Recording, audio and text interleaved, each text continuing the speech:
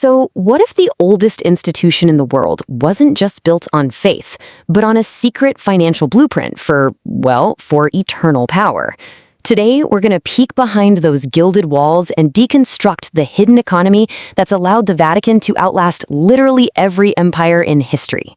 Right. Picture that. If those walls could talk, they wouldn't just be talking about prayer. They'd be talking about money, a lot of it. What you're looking at isn't just a church. It's the HQ of a multi-billion-dollar legacy machine. It's an empire that has mastered not just faith, but the art of making wealth last forever. And at the very core of this whole thing is a concept we're going to call legacy logic. Think of it as the invisible blueprint, the secret sauce for turning soft power, like influence and culture, into a dynasty that is designed to never, ever end. This isn't just about getting rich. It's about making power permanent. And honestly, it's the key to understanding how the Vatican is still standing. To really get this logic, we have to rewind. We've got to go back to the family who basically invented the system, the original branding and power masterminds, the Medici of Florence. Okay, so look at this timeline. It's not an accident. It's a deliberate power grab. The Medici started with money, right? Their bank got huge. But then they made a move to control the finances of the papacy itself. And that's when they had this light bulb moment. Why just be the Pope's banker when you can be the Pope? The final step wasn't just about influence anymore. It was about total institutional capture. So here's their playbook, broken down. Step 1, get crazy good at money and politics. Step 2, use that money to control the culture through art. We're talking Michelangelo, the whole shebang. But look, steps 3 and 4, that's the masterstroke. They literally installed their own family members as popes and turned the entire Catholic Church into the ultimate family trust fund. It became a machine for securing their family's wealth for centuries. Okay, so that was the historical blueprint. But how does that work now in the modern world? Well, the institution has evolved into what you can only really call a financial fortress.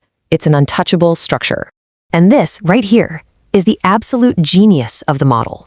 See, a normal CEO, their legacy is tied to their personal success, to the stock price. They're vulnerable. But the supreme boss in this system, they don't personally own a thing. All that wealth is held in trust by the institution.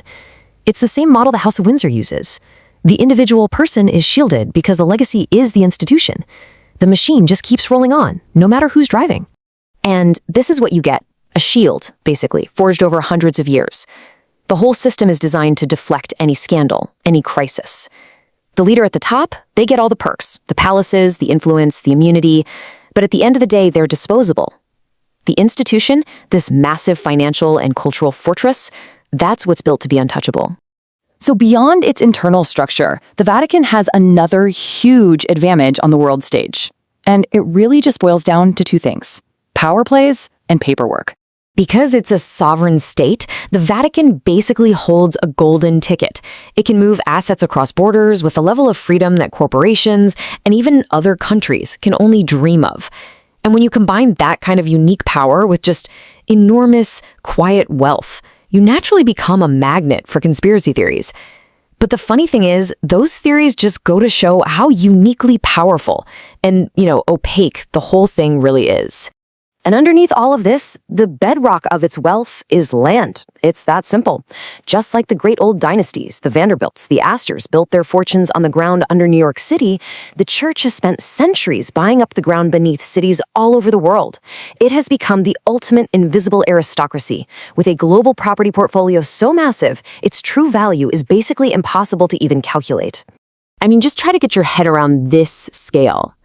Based on what we know about its holdings, the institution's net worth grows by tens of millions of dollars every single day.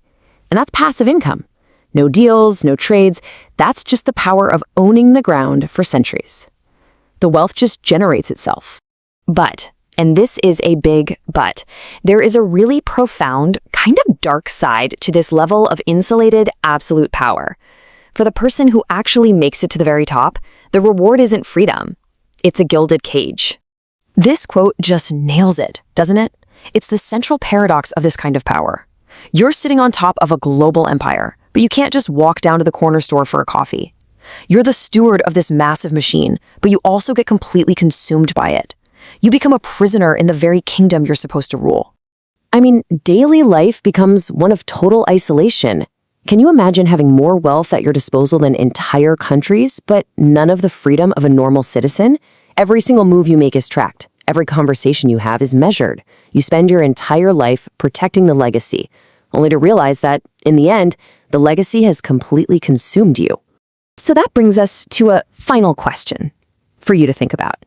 If you were building a 1,000-year dynasty, which way would you go?